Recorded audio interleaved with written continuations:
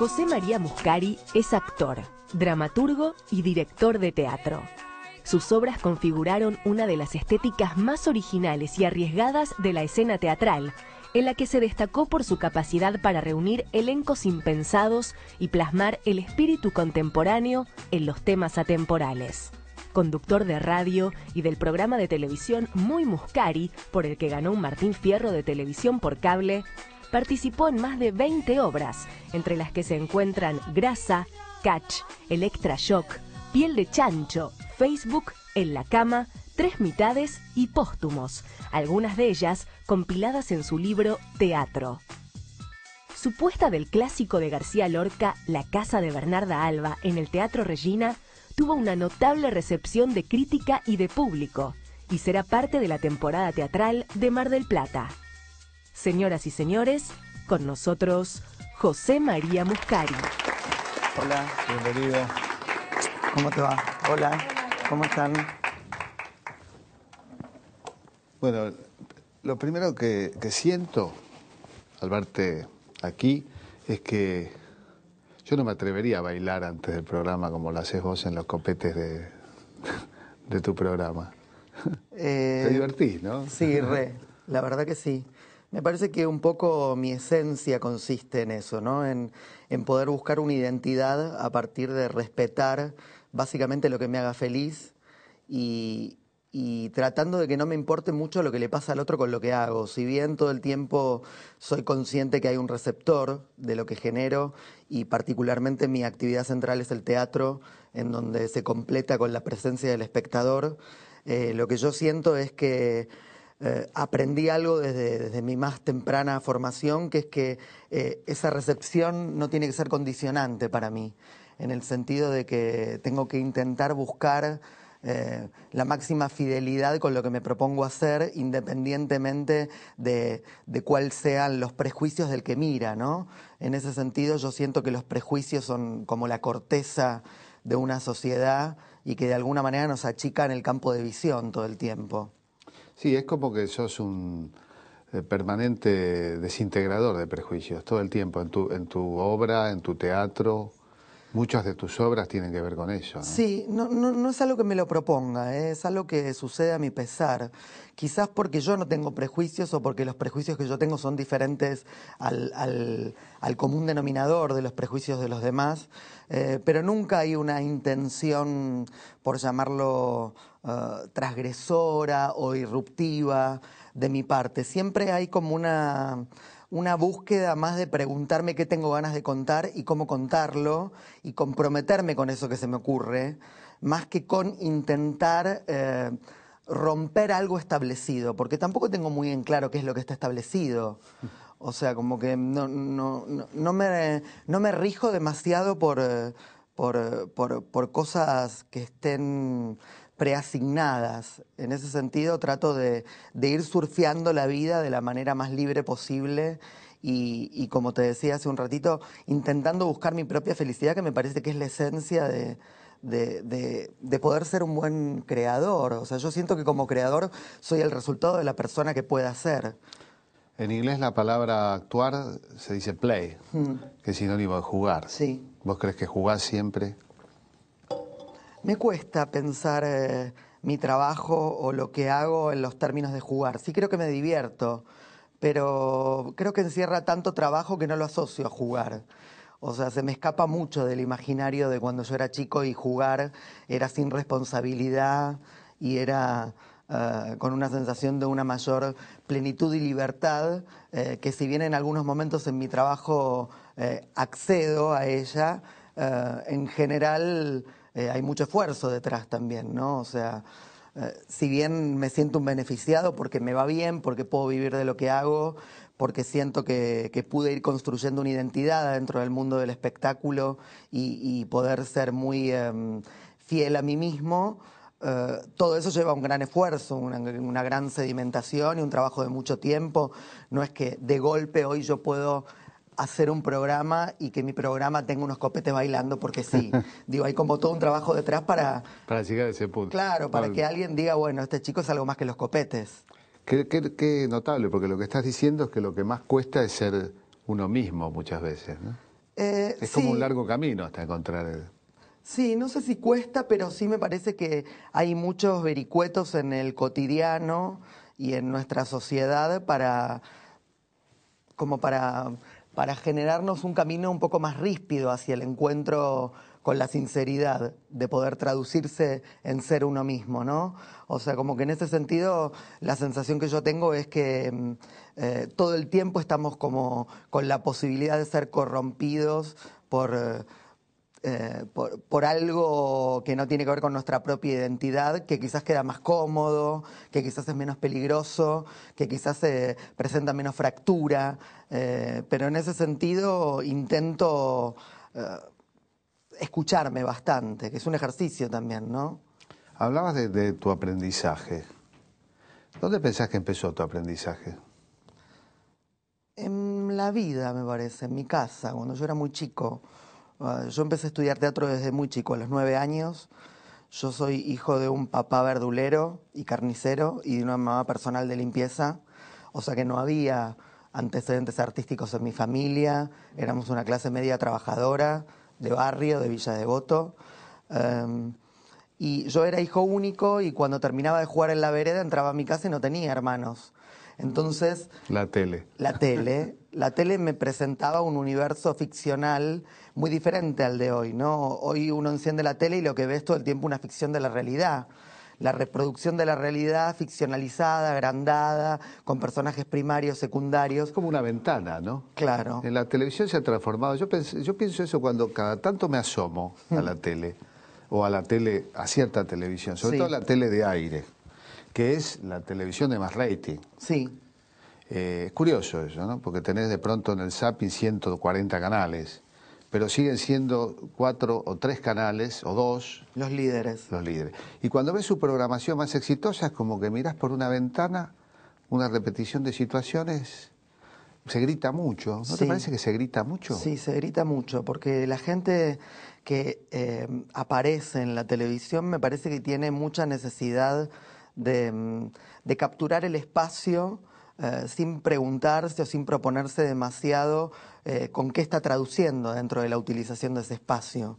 En ese sentido yo siento que es un juego que intenté tener siempre claro, ¿no? O sea, si bien hago una usufructuación de la televisión como medio de comunicación y como una parte fundamental para poder comunicar mi trabajo, o sea, soy un pleno agradecido a la popularidad que la televisión me dio para que determinado público se entere de del tipo de obras de teatro que yo hago, o que puede interesarse por mi programa, o escucharme en la radio, o lo que sea que tenga que ver con mis actividades, pero yo no soy un personaje que, por ejemplo, pueda circular un programa de televisión si no tengo un espectáculo para contarte. No me interesa como medio en sí, para sentarme y perpetuarme, o para ensanchar el ego de la popularidad.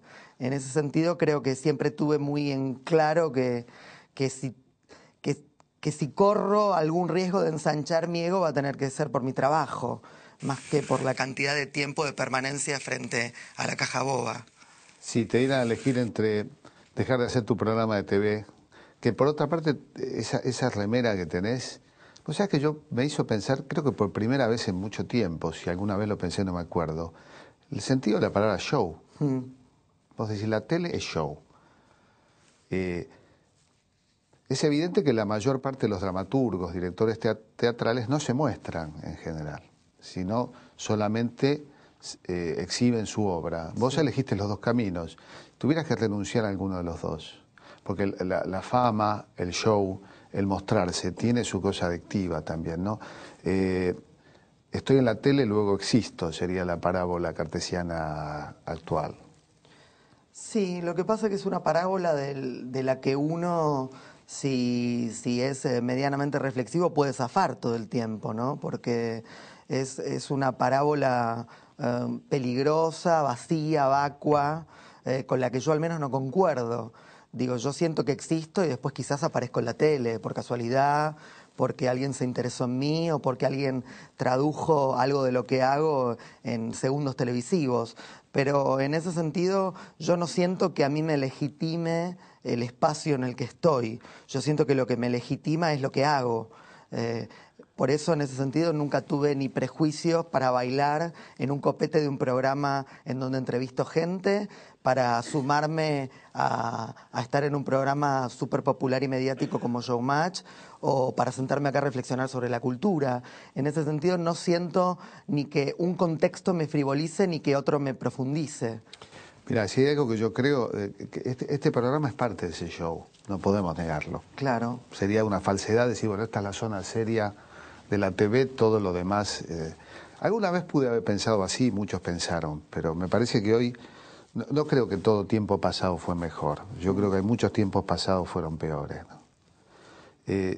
La TV que mirabas en los años, bueno, por tu edad, 80, Sí.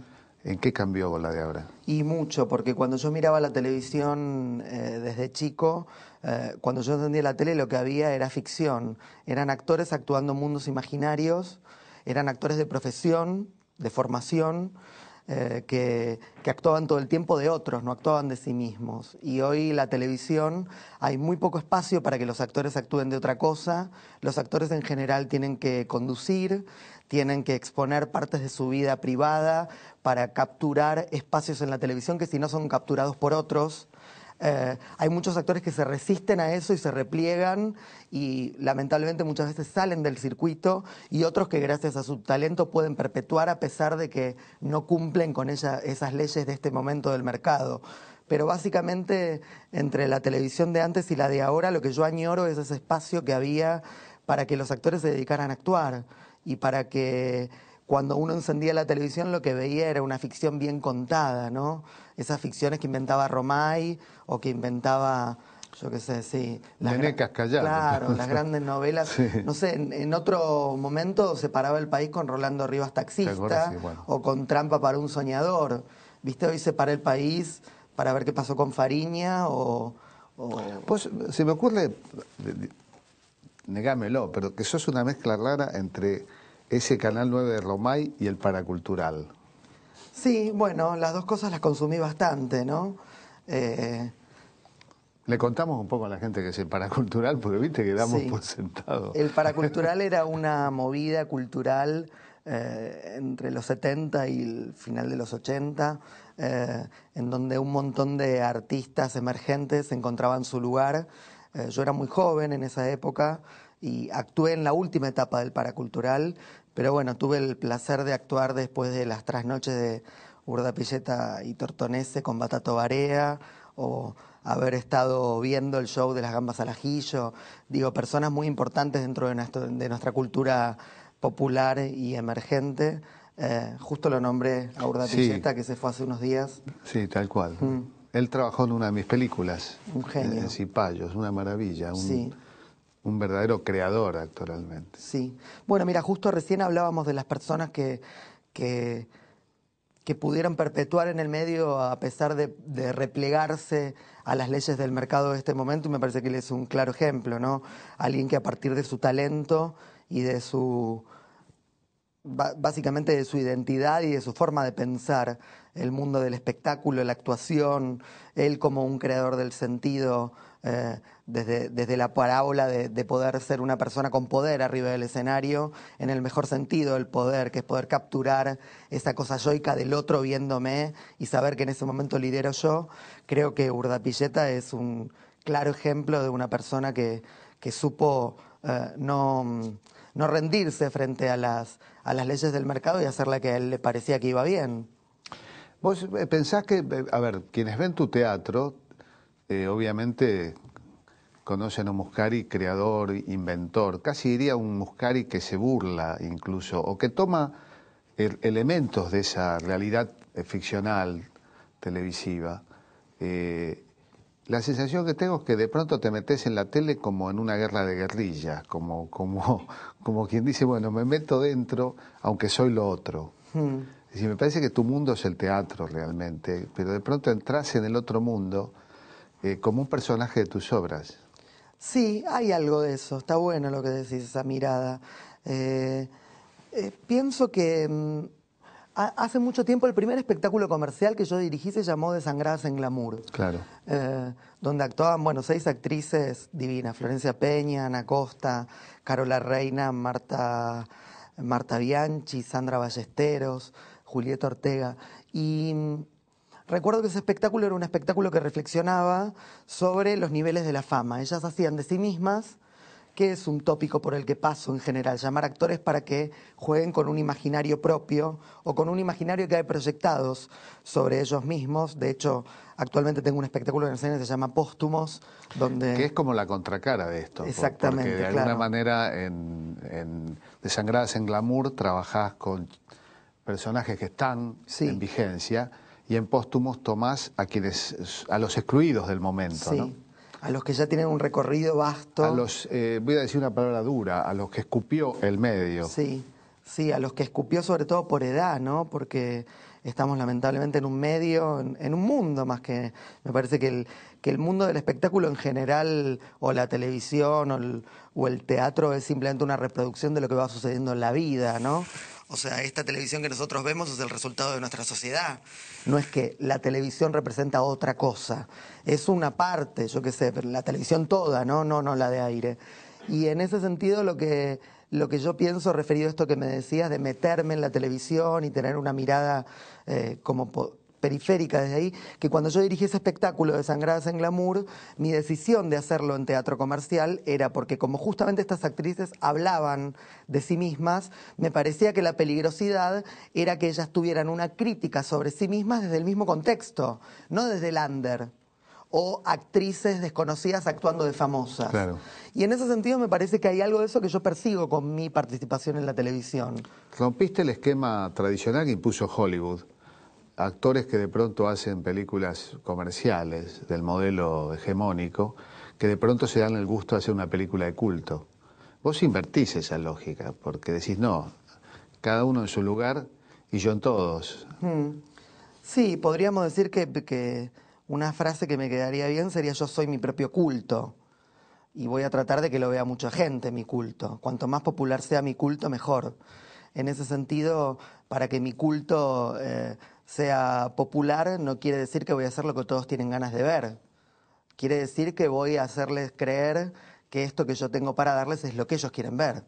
Hay una cosa que dice Bartis que es genial, o sea, una persona a la que respeto. Fue uno de los primeros entrevistados del programa. Sí, disfruté mucho esa entrevista cuando la vi. Es que una cosa que aprendí yo en una clase de él hace mucho tiempo, fui a unas clases y él en un momento decía, si el otro no está muy interesado en comprarte eso que sos, hacele creer que se la va a perder. Y eso es algo que a mí me quedó para siempre. ¿Sabes que Bartis fue vendedor? Sí. Yo me acuerdo que lo conocí cuando todavía era vendedor. Escúchame, vos sabés que de TV entendés algo, ¿no? Y antes de ir al corte te quiero decir una cosa. Cuando uno te ve bailar, yo no digo que bailes bien, pero es agradable. No sé cómo lo lográs, pero es muy agradable. Vamos a un corte.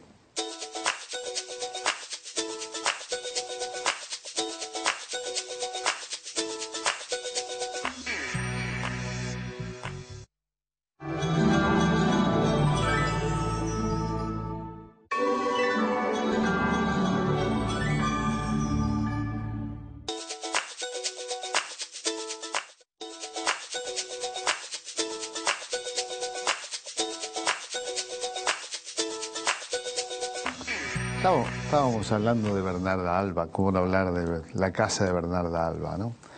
Y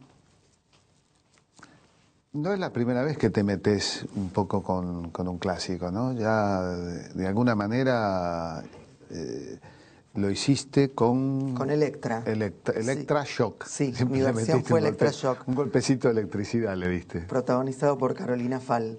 Pero es distinto lo que haces con la casa de Bernarda Alba. Sí, porque Electra Shock era un espectáculo, por llamarlo de alguna manera, totalmente anárquico sobre mi fantasía sobre Electra de Sófocles. Y la casa de Bernarda Alba es una visión muy respetuosa y muy, casi te diría, desde el fanatismo total que tengo por la obra y por Lorca, de cómo a mí me gustaría ver ese espectáculo. Es algo que en general hago, ¿no? Creo que hago espectáculos que a mí me gustaría ver. En ese sentido soy bastante yoico. Hago los espectáculos que yo siento que a mí me conformarían como espectador. Después, si hay un montón de espectadores, como pasa actualmente con la Casa de Bernarda Alba, que llenan el teatro y que les gusta igual que a mí, está buenísimo. Pero también he hecho obras que quizás no fueron un gran éxito, pero a mí me encantaban. Y en ese sentido, como te decía antes, creo que simplemente busco ser mi propio culto. Pero por suerte suceden a veces en nuestra carrera estos eventos en donde, además de que me gusta a mí, le gusta un montón de gente. Entonces, ¿Cuáles obras no le gustaron a la gente, por ejemplo, tuyas? no sé si no le gustaron, ¿O no pero le gustaron o irritaron? Por sí. ejemplo, Catch, ¿qué pasó? No, Yo Catch, creo que gustaba Catch. sí, sí, generaba una controversia total. A veces que guste no quiere decir que te agrade, quiere decir que te genera algo. La rispidez también es que te guste, ¿no? Yo creo que mis espectáculos muchas veces presentan esa fractura o ese lugar un poco descorrido que genera una incomodidad como espectador. Pero particularmente la Casa de Bernarda Alba lo que tiene es que genera eso, pero también genera la adhesión que tiene la magia de Lorca. O sea, sería muy soberbio de mi parte pensar que algo de la magia, de lo que sucede en el Teatro Regina, bueno, ahora en el Güemes de Mar del Plata, cada noche tiene que ver conmigo, tiene que ver básicamente con Lorca en primer lugar y en segundo lugar con ese elenco súper angelado que tiene encabezado por la genia de Norma Pons, que es una máquina indestructible de ficción, una de las mejores actrices que tiene la Argentina, injustamente no reconocida, quizás porque todavía carga con el mote de ex vedette o ex actriz cómica. Es una maravilla realmente como actriz y creo que trabajaste un poco en torno a ella, ¿no? Sí. Toda la obra. Sí, es una obra que... Es la tercera vez que trabaja con vos. Sí, es mi actriz, ¿cómo llamarla? Fetiche Querés eludir preferida. la palabra fetiche, que es el título de una obra. Claro, pero no la voy a Fetiche poder... es una obra que hiciste en el Teatro... En el Teatro Sarmiento. Teatro Sarmiento. Para el Complejo Teatral Buenos Aires, sobre la vida de una mujer fisicoculturista y teóloga, que era mi profesora del gimnasio hace unos años, Cristina Musumeci, y para el ciclo Biodrama inventado por Vivi Telas, hice esta obra basada en la vida real de esta mujer, ¿no? Pero volviendo a mi fetiche, Norma Pons, yo creo que para mí fue neurálgico que ella acepte hacer mi versión de la Casa de Bernarda Alba. De hecho, cuando se la ofrecí le dije, mira, si no la hacéis vos no la voy a hacer. Y todo lo que sucede en la Casa de Bernarda Alba está pensado en función de que es Norma Pons. O sea, yo sentía que que ella era la actriz que yo necesitaba para que entienda qué quería yo contar con Bernarda Alba. Creo que ella tiene un nivel de entrega, de visceralidad, de torrente sanguíneo artístico que muy pocas actrices logran comprender en la dialéctica de lo que yo propongo cuando dirijo, y ella lo tiene claramente incorporado. No porque sea una actriz ni de formación ni intelectual, porque si bien es una mujer formada, es una mujer más formada en el trabajo, ¿no? O sea, es una mina que hace 50 años que no se baja de los escenarios. Y si bien es una mujer muy leída, etcétera, etcétera, no es una actriz académica, es una actriz hecha de la profesión, del taco gastado del Maipo. Pero con una... Buena imagen esa. Claro, con una extraña completud que hace que, a pesar de haber sido una ex vedette o de haber sido... O por haber sido una... Claro, puede decir esos textos de esa manera en donde logra hacer reír y llorar al espectador a la vez mientras ven la Casa de Bernarda Alba. En muchas de tus obras recurrís a como una sobrecarga de sentido. Yo mencionaba Catch. Yo quiero compartir porque, digamos, seguramente muchas de tus obras espero las repongas, porque no están en video, es difícil de conseguir. No, es difícil el teatro en Catch video. recrea Muscari una luchadoras del barro, una metáfora, ¿no? Pero no se sabe dónde es metáfora y dónde es realidad, porque la verdad que la realidad es metafórica en sí misma. Claro. Te limitas a ese mundo de las luchadoras de barro. Digo, hay como una sobrecarga de sentido que algunos han llevado a decir que es quiche lo tuyo, pero en la Casa de Bernarda Alba es como que no necesitas eso, porque pareciera que lo que Lorca descubre en su entorno andaluz es que ya la realidad tiene esa sobrecarga de sentido. Sí. El retrato de ese mundo donde la pasión, la represión, el odio, el amor, todo está sobrecargado, es una sociedad que está a punto de estallar y que se va a tragar a Lorca, ¿no? Sí, yo creo que cuando una obra como La Casa de Bernarda Alba se convierte en un clásico, es una obra que fue escrita en el ayer, pero que repercute en nuestro hoy, ¿no? Para mí esa es como la característica de un clásico. Cuando vos lees algo, y independientemente de que su estructura sea a pesar del tiempo, puede tener algo coyuntural del momento. Digo, yo qué sé, la obra tiene una mirada sobre el franquismo y sobre determinadas cosas que en mi versión no están, porque yo siento que como espectador, al ver La Casa de Bernarda Alba, a mí me distanciaría que me hablen en español. Sí, no. Entonces, en ese sentido, es una versión bastante más urbana y atemporal, con un vestuario espectacular de Renata Yusheng, cargado de sentido, con una escenografía de Jorge Ferrari y una luz de Gonzalo Córdoba, más la producción de Faroni, que creo que cada uno desde sus lugares construyeron todo el tiempo una identidad muy fuerte. Sí, las chicas están fantásticas porque hay una composición totalmente diferenciada, cada una está donde debe estar. Sí, es un elenco además que a mí me gusta mucho eso, ¿no? Como la mezcla de Norma Pons con Andrea Bonelli, pasando por Mimi Ardú, Adriana Eisenberg, Florencia Raggi, Valentina Bassi, Martina Guzmán, Lucrecia Blanco, el debut en teatro comercial de Florencia Torrente, que es un talento impresionante, sí. O sea que es altamente superador al imaginario burdo que alguien puede tener sobre que es la hija de Araceli.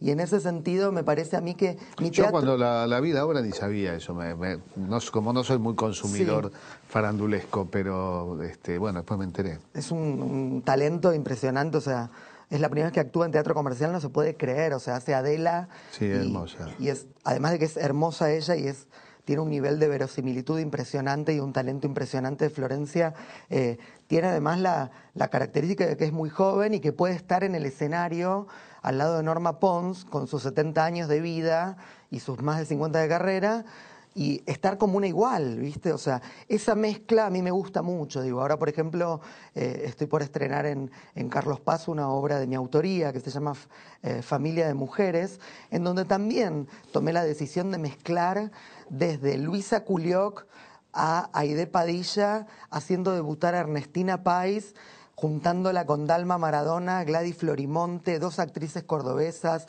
Luisa Albinoni, una mezcla que vos decís, ¿qué hacen estas mujeres en Carlos Paz en una obra de Muscari? Te cuento sobre los personajes y pasa desde una diva pornostar. No es la pregunta que yo me haría, porque en general esa fórmula, primero, de trabajar con mujeres, segundo, de entreverar mujeres distintas, no solo mujeres distintas, que eso es evidente, sino perfiles de historias distintas, sí. Todas ligadas al mundo de la pantalla, del show, del espectáculo, pero con caminos distintos. Eso casi diría es una marca tuya. Sí, pero es una marca mía que en principio cuando yo presento el panorama de un espectáculo o el casting que armé, es muy... dicotómico, o sea, cuando yo te cuento el elenco de La Casa de Bernarda Alba por primera vez, no se te arma en la cabeza, se te arma después que hay un trabajo de comunicación, que vos ya compraste la gráfica, que el espectáculo fue legitimado por la prensa y por el público, pero en principio decís, ¿qué hacen estas mujeres haciendo Lorca? ¿Qué hace Muscari haciendo Lorca? Y en realidad ahí hay algo del prejuicio del otro, que quizás ahí funciona una parte mía, que es como viste el desafío de decir, bueno, está bien, vos pensás lo que quieras, yo voy a hacer la que tengo ganas de hacer y vas a ver que va a estar buena. En ese sentido también aparece una parte mía media desafiante, en donde no le gusta mucho el prejuicio del otro y en donde quizás sin darme cuenta inconscientemente, quizás a veces tomo decisiones para desafiar ese prejuicio del otro, ¿no? Es evidente, cuando vas al programa de Tinelli y bailás, me parece que es eso, ¿no? Sí. Sí, y un poco lo que te decía antes. Y darte el ¿no? gusto, además. Sí, además de darme el gusto es la posibilidad de poder criticar determinadas cosas perteneciendo a ellas. O sea, para mí... Es guerra de guerrillas, eso es de entrar... ¿Qué es una guerrilla? Es decir, es llevar la lucha, el combate al territorio enemigo, hacerlo desde adentro Y yo creo que haces eso, ¿no? No sé, Sí, a mí, por ejemplo... No quiero desenmascararte, no es mi intención. No, está perfecto. Pero sabes que mi participación, por ejemplo, en Showmatch, a mí me encantó porque independientemente de que la pasé bien, me sentí respetado, digo, tuve un coequiper genial que era Tinelli, que se prendía en todo lo que yo proponía. Yo creo que era un juego difícil el que yo le proponía a él, ¿no? Porque yo entraba a su pista a criticar.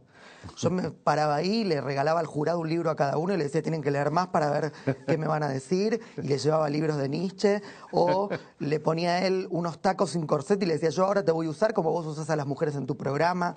Y dentro del nivel... Eso es su guerra de guerrilla, no hay Dentro duda. del nivel de ironía... Pero en un juego, digamos, hoy permitido, digamos. Sí, pero en ese sentido lo que yo siento es que la peligrosidad que puede tener mi visión crítica sobre el show de Tinelli adquiere una mayor peligrosidad si yo pertenezco a él y trato de no ser una cosa más. Digo, yo qué sé, para mí sería muy triste recordar mi paso por el programa de Tinelli y que aparezca algún video mío peleándome con alguien, llorando porque me echan, o queriendo pertenecer una semana más a cambio de un escándalo. Es como que tu mundo personal es un mundo que expones con límites. Es como que tu privacidad es en todo caso más secreta de lo que pareciera. Sí, sí, hay algo que a mí siempre me gusta diferenciar bastante, que es lo privado de lo cotidiano. Yo comparto mucho mi cotidiano, porque uso Twitter, porque si me quieren hacer una nota en el living de mi casa me la pueden hacer. O sea, no es que hay algo de mi cotidiano que yo lo oculto, pero mi cotidiano no es mi intimidad. O sea, todo lo que yo no quiero que nadie sepa no lo sabe nadie, ni lo van a saber nunca. Y en ese sentido tengo muy en claro que mi producto no soy yo, mi producto es lo que hago. Lo que hago es un resultado de quién soy yo, por lo cual trato de que mi cotidiano, que el amor, que la amistad, que la familia, que el trabajo, que la alimentación, sea lo mejor que pueda tener día a día, porque creo que el resultado y la yuxtaposición de todo eso va a ser lo que yo logre como creador. Pensaba en Lorca. Lorca fue un transgresor. Por supuesto, la transgresión no puede ser medida de modo absoluto. La transgresión tiene una relación con cada tiempo. Es probable que el nivel de transgresión de Lorca sea mucho más grande que el tuyo en términos relativos. Igual Lorca vive un tiempo de libertad. Es el tiempo donde aparecen un Dalí, un Buñuel. Sí. Se conocen incluso juntos en la escuela, en una especie de albergue para estudiantes de Madrid. Viven un periodo de enorme libertad, pero había nubes en el horizonte que devoraron a Lorca. Lorca no fue fusilado por militante político en el sentido de la política como la conocemos, sino simplemente por ser un transgresor. Era gay, rompía con las estructuras, se burlaba de una manera sutil de una realidad conservadora y desnudaba la molécula de esa sociedad conservadora, como en la casa de Bernarda Alba. Él sintió la mordedura del perro de la manera más violenta. ¿Vos sentiste alguna vez esa amenaza, alguna forma de mordedura, de crítica, de mirada amenazante? A ver, en primer lugar... Por ahí nunca lo pensaste, pero... No, sí, lo pensé.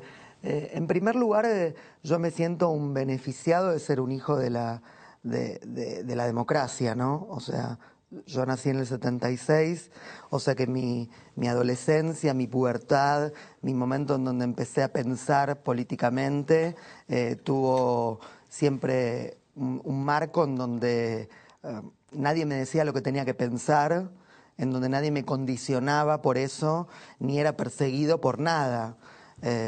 El paracultural fue un fenómeno de expresión clara de la apertura democrática. Totalmente. ¿No? Era imposible antes del 83. Claro. Y en ese sentido lo que yo siento es que si bien no hay...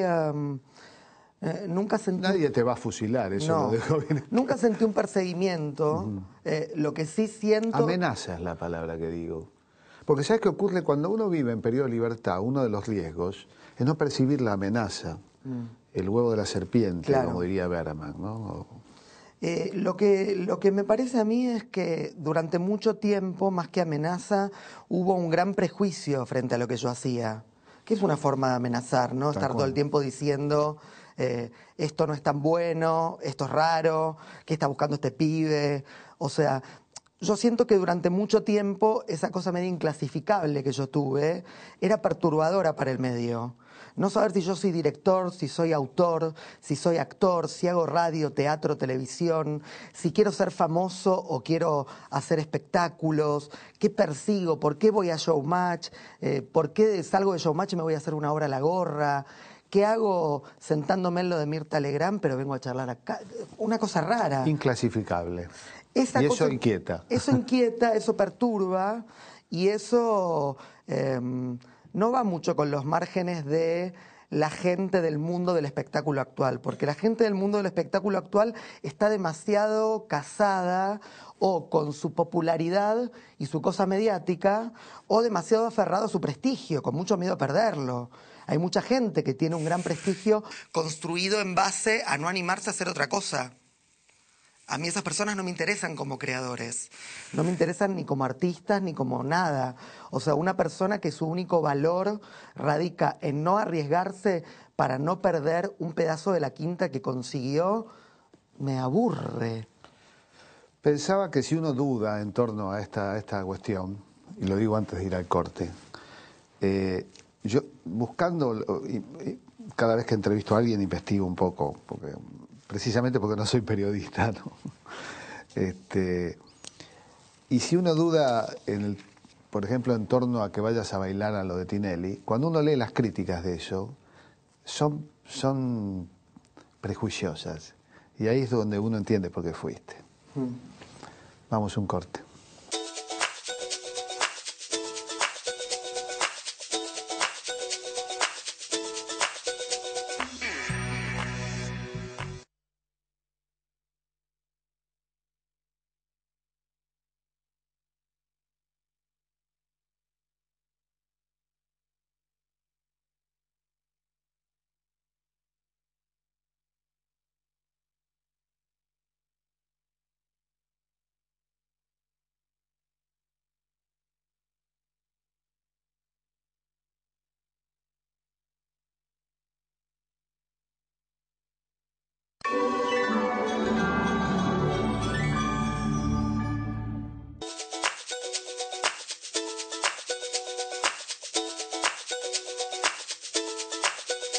Pensaba viendo, recordando La casa de Bernarda Alba, el modo en que Lorca cumple con la premisa de Tolstoy de pintar la aldea y que podamos, uno dice, pintas la aldea, eso es universal, pero se es universal cuando verdaderamente trasciende, como vos decías.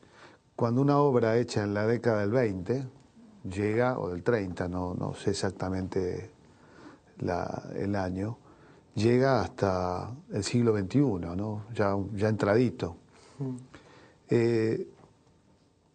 Contando las vicisitudes de una casa andaluza que incluso responde más al patrón de los comienzos del siglo pasado.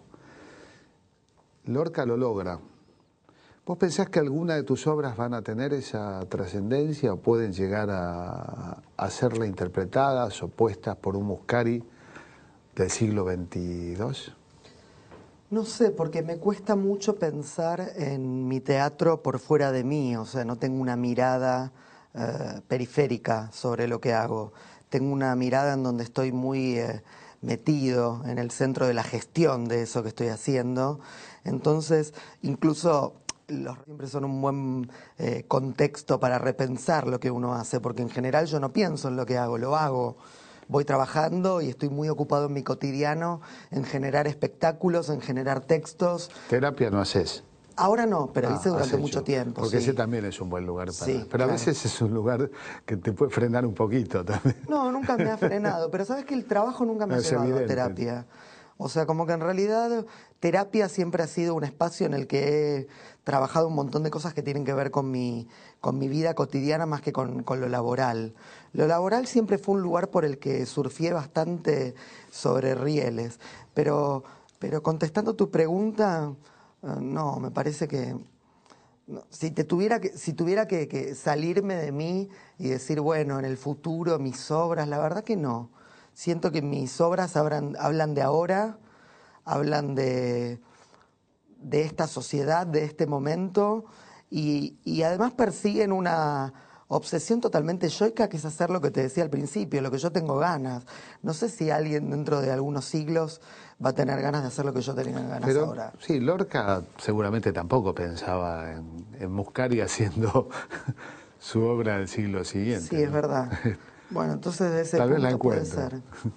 Puede ser Tendrán que vos le sacaste referencias a la obra, lo dijiste. Sí. En todo caso, podrán sacarle a tus obras esas referencias y esas citas, qué sé yo, a Caradagian o a nombres incomprensibles para el siglo XXII. Sí. Pero quién sabe. Es verdad lo que Lo decís. dejamos como un Además, sos muy joven, primero. Sí, 37. Por eso. ¿Soy joven todavía? ¿Qué te parece? Si yo no lo admito, estoy jodido. Lo que pasa es que había una época donde tenía 20 y pico y todos me decían, qué joven. Y entonces ahora ya tengo 37 y ya no me siento tan joven. No, sos un pendejo. Eso, todavía, qué suerte. quédate tranquilo. Bueno, me quedo tranquilo. En unos años entonces me van a hacer mi familia de mujeres como si fuera la casa de Bernarda Alba. Pienso eso. Me voy a quedar con esa expectativa. Tenés la posibilidad de escribir muchas casas de Bernarda Alba todavía. Ojalá. Además no veo en el horizonte fusilamientos previsibles. No, por ahora no. Bueno, vamos a la primera pregunta. Hola, quisiera saber cuáles son las tendencias más presentes en el teatro argentino contemporáneo. Me cuesta mucho pensar en el término de tendencias, ¿no? Porque me parece a mí como que lo que va pasando en el teatro tiene que ver con lo que le va pasando a las personas que en ese momento están generando teatro y que tienen la capacidad de capturar la atención del público. Para mí hay algo que pasa desde hace unos años a esta parte que lo festejo profundamente, que es que está muy corrompido el sistema de lo under y lo comercial. Hay mucha gente del under que actúa en el teatro comercial y mucha gente famosa o conocida o popular que se pasan al teatro alternativo y hacen experiencias dentro de los márgenes. Me parece que eso está bueno, me parece que la televisión cada vez más se alimenta de referentes del under. Creo que las grandes ficciones que lideran hoy el Primer Time están totalmente sostenidas por actores de formación under que quizás la televisión capturó en espacios alternativos y algún productor los vio y los llamó para hacer un personaje que en principio era un secundario o un personaje terciario en una tira y termina siendo la revelación del año. En ese sentido me parece que la tendencia que yo veo últimamente es esa cosa de poder saltar de un circuito a otro con menor perjuicio cada vez, y eso me gusta, lo festejo. Bien. Otra pregunta. Hola, ¿qué tal? ¿Cómo te va? Hola. Quería preguntarte, ¿tenés momentos de bloqueo cuando escribís? Y si los tenés, ¿dónde buscas esa inspiración para superar esos momentos de bloqueo? No creo en la inspiración, en primer lugar. ¿En qué crees? ¿O cómo? En el trabajo. O sea, yo soy un gran trabajador. Seguramente hay un montón de personas que se inspiran, no es mi caso.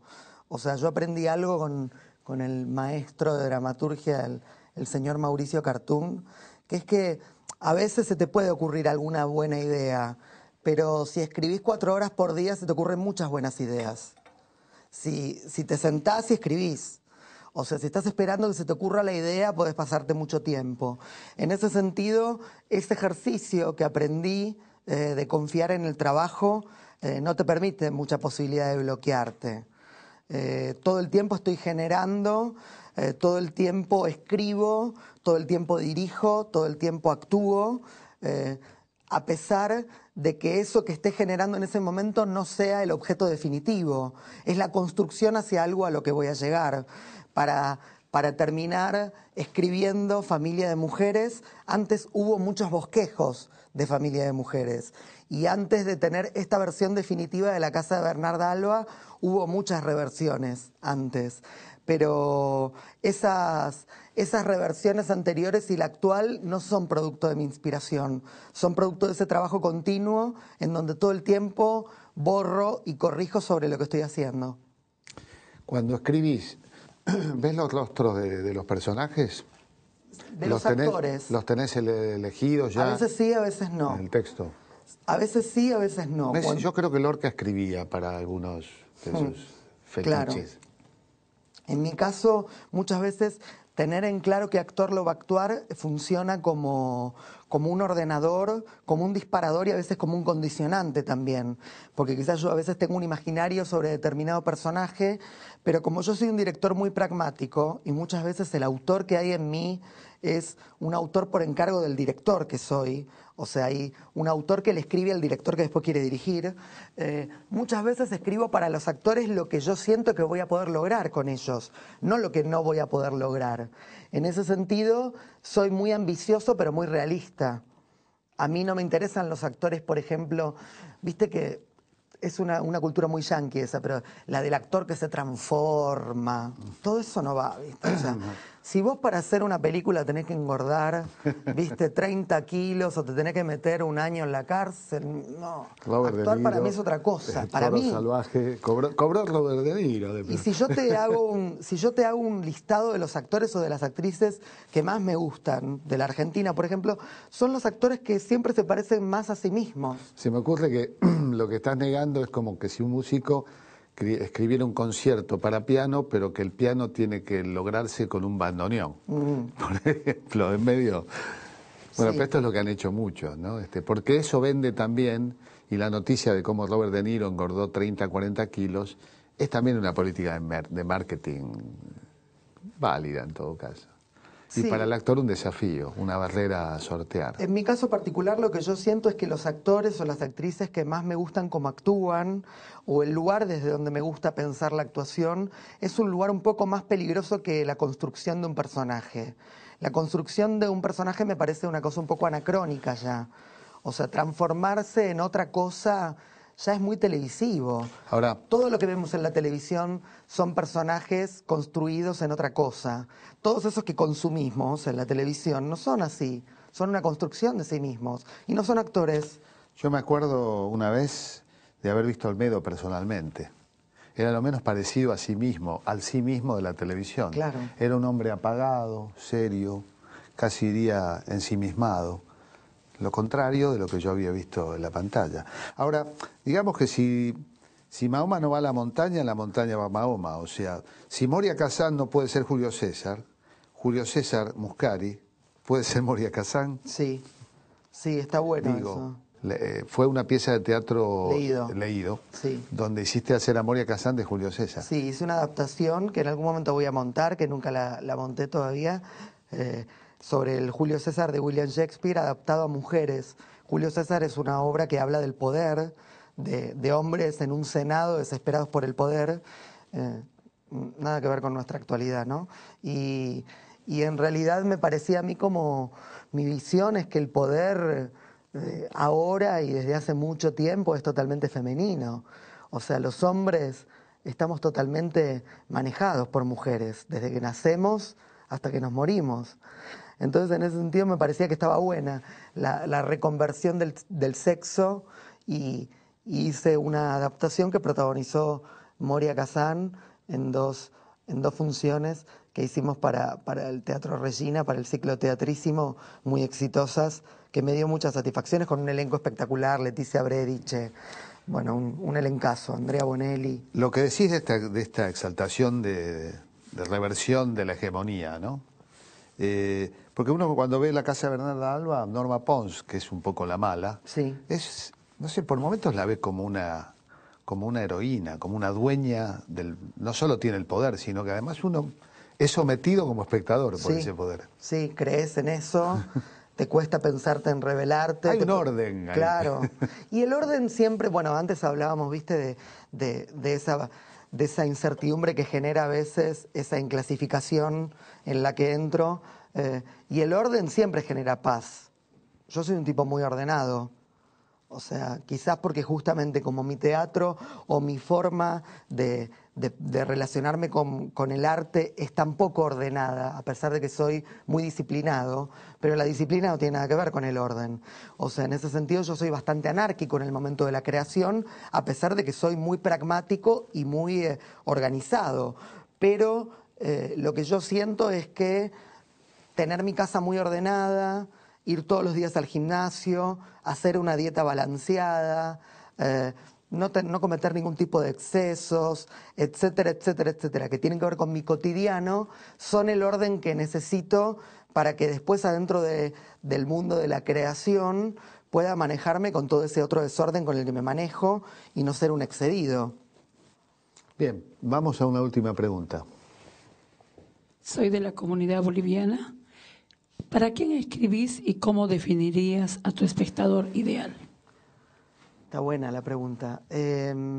Siempre digo que mis obras tienen 3 espectadores, como 3 capas, ¿no? Como una cebolla. Habría un espectador ideal que sería el que puede superar las 3 capas y llegar hacia lo más profundo. Pero creo que hay 3 formas para entrar a lo que yo hago.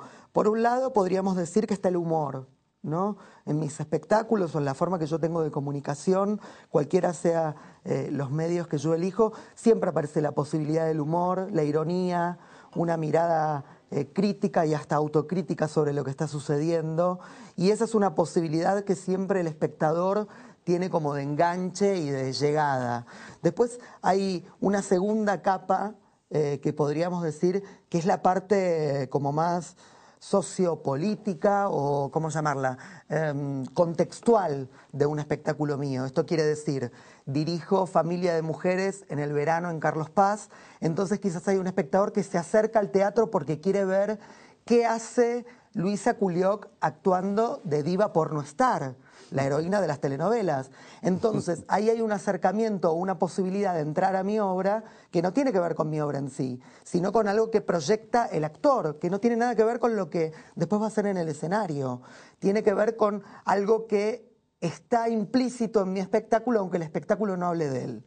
Esa sería la segunda capa, que es algo que yo no manejo. Y una tercera capa, que sería a la que me encantaría apuntar y que muchas veces sucede, es que haya un espectador que puede traspasar esas 2 capas, que puede, además de recibir y receptar el humor que genera mi espectáculo, una mirada irónica, que puede además saber que existe una Luisa Albinoni de los años 80 y que ahora la pueden ver en una obra mía, pero que además puede entrar en el planteo conceptual que puede llegar a tener una obra mía como Familia de Mujeres, que habla sobre el lugar de la mujer en la sociedad, que habla de la fachada en lo familiar, de lo que significa festejar o no festejar las fiestas con tu familia, un montón de cosas que plantea como tema neurálgico la obra. Pero ese espectador ideal que creo que yo persigo, es bastante utópico que pueda entrar en las 3 capas, pero entrando solo en una también me conformo, porque también a veces lo que uno se propone no es lo que sucede con el espectáculo que uno está haciendo, y a veces lo que sucede es mucho mejor que lo que uno se propuso. Bien, llegamos al final, la verdad que nos quedan muchos temas. Muscari reporteando en Muy Muscari, Muscari actor. ¿Cómo se llama el programa de este canal? Los Grimaldi. Los Grimaldi, versión de los Campanelli siglo XXI. Sí, ahora estamos en Carlos Paz. Las experiencias que hiciste en cine, las que has hecho en televisión, Mujeres Elefante, en un ciclo muy lindo de... Sí, con Adrián Caetano. Qué bueno, cuando a veces digo, lo bueno de que quedan cosas para preguntarte es que seguramente va a haber en Puerto Cultura un segundo turno para quienes lo merecen como vos. Muchas gracias. Muchísimas gracias a vos.